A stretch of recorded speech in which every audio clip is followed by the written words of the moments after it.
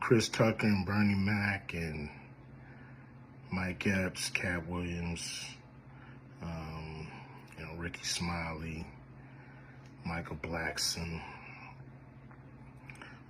Cedric, Kevin Hart. All these guys I know are funny as hell.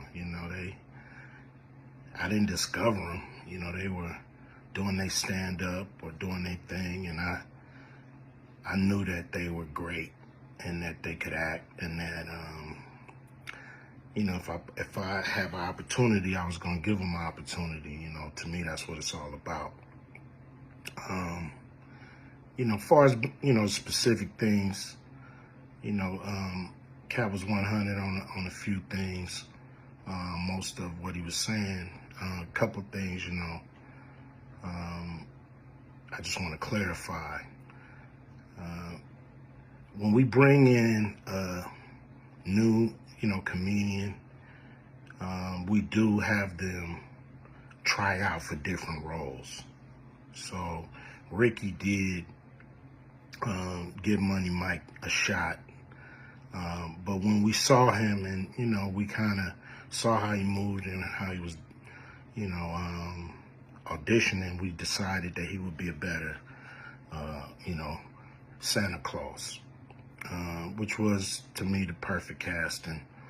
When we saw Mike, damn, I call him Money Mike. When we saw Katt, when I saw him, I just knew that he was perfect for Money Mike.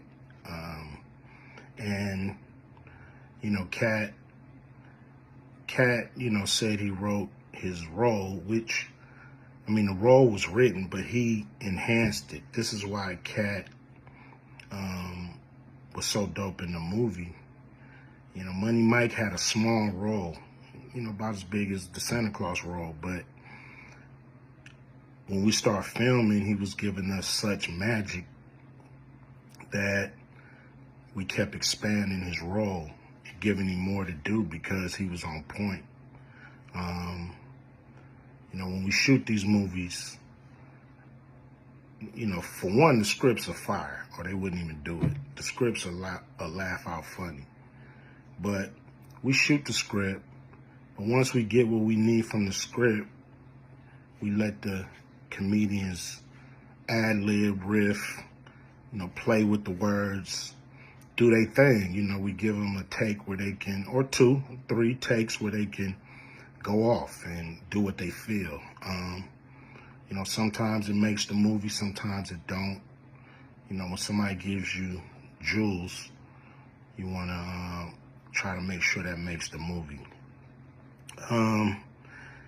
So in the movie, there's second thing I want to clear up. I would never shoot a rape scene in a movie, especially like Friday, where you actually see this happening on camera. That ain't my style. If you check out any of my movies, they're not raunchy.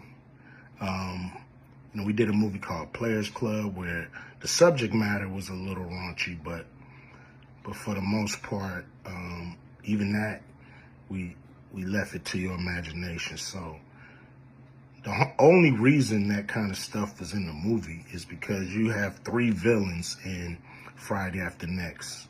You have Santa Claus stealing presents.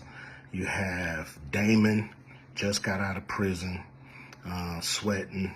Craig and Day for the rent money. And then you have Money Mike, a pimp that treats his woman, like a property. So Craig is always fighting the villains in the movie, from the Joker brothers to Debo. And so we already had Craig fighting Santa Claus. And the only real way to get rid of the other 2 villains was to have them go against each other. And the plier joke was always in the script, was never, we would never ever show that, that's not my style if you look at any of my movies.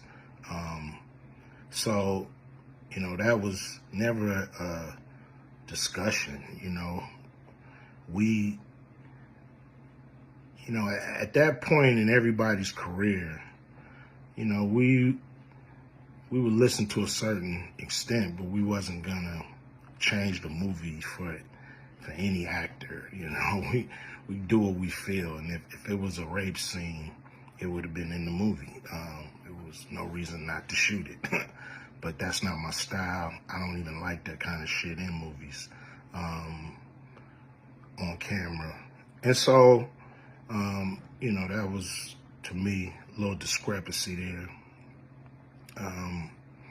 You know, Katt, he wrote a lot of his part because, you know, like I said, he was giving us jewels, so we were keeping the camera rolling. He was coming off the dome. He was coming prepared every day to steal the show. You know, that was his mission. And, you know, that's what he did, you know, with the movie. And it launched his career, you know. And I'm proud of the movie. I'm proud of all the guys who've, you know, come through, you know, a Q Vision production and went on to do bigger and better things.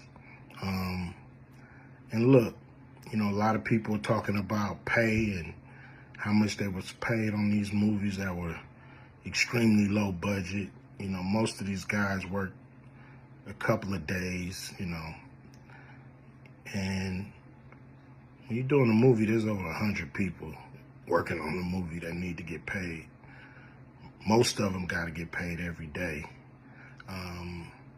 And there's pre-production and post-production. Even after you finish with the actors, you got to pay editors and sound people. And my movies are all about quality. So most of the money go up on the screen. I'm not giving you no bullshit. I'm not giving you no low budget, you know, shit you can laugh at because it's so cheap. So, you know, we try to put all the money on the screen. And so any actor that's mad at what they got paid, you know, just look at what you was doing. Look at where your career was at the time. You know, take a look at where it is now.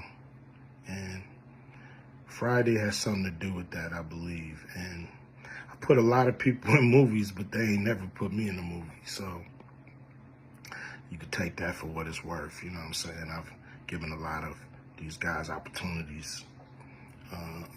And I still act, so I'm waiting for a call. I ain't got to produce everything or write everything. I got love for all the comedians that I've worked with. Got, you know, much love for Katt. You know, he spoke up for me a lot. And I just wanted to be clear and clarify some things. And shit, man. I hope y'all have a good 2024. Yeah, yeah.